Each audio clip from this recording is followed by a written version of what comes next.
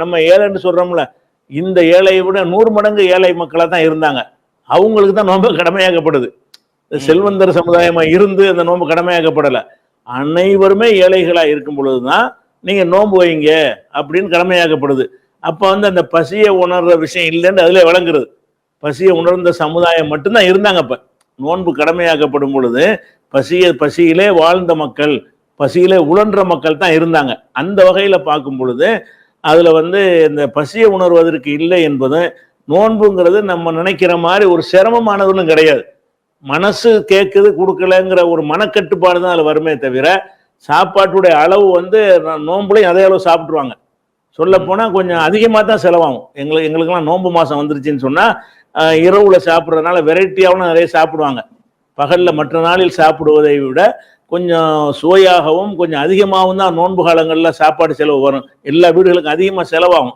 அதனால நோன்பு என்பதுல பெரிய கஷ்டப்பட்டு தியாகம் பண்ற ஒரு விஷயமே என்னன்னு கேட்டா மனக்கட்டுப்பாடு. அதாவது முழிச்சுக்கிட்டு இருக்கும்போது பசிக்கும் போது சாப்பிடாம இருக்கிறேன், மற்ற நாள்ல நான் தூங்கிறேன், எனக்கு தெரியறது இல்லை.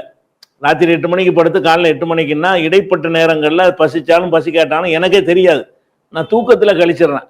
ஆனா பகல்ல என்னன்னு கேட்டா முழிச்சுக்கிட்டு இருக்கும்போது அந்த பசி இருக்குது.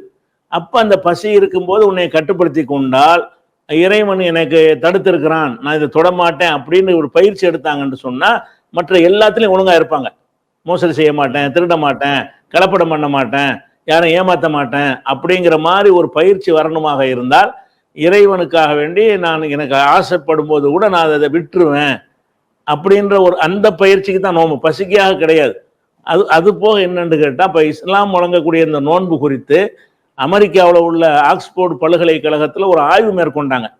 அவங்க எல்லாத்தையும் ஆய்வுக்கு உட்படுத்துவாங்க. அப்ப இந்த நோன்பை பற்றி ஆய்வு செய்ய என்ன செய்யறாங்கன்னு கேட்டா, நோன்பு ரொம்ப அறிவியல் பூர்வமாக அது கட்டமைக்கப்பட்டிருக்கிறது. வேற வேற சமுதாயங்கள்ல உள்ள உண்ணாவிரதத்தை போல எடுத்துக்கொள்ள முடியாது.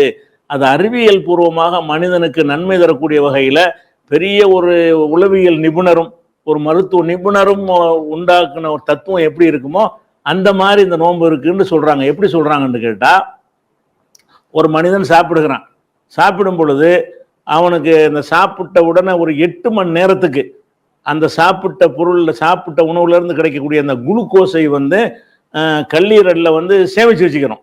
இப்ப நம்ம சாப்பிட்டோம்னு சொன்னா அனைத்து குளுக்கோஸ்களும் செலவாகாது, அந்த கல்லீரல்ல சேமித்து வைக்கப்படும்.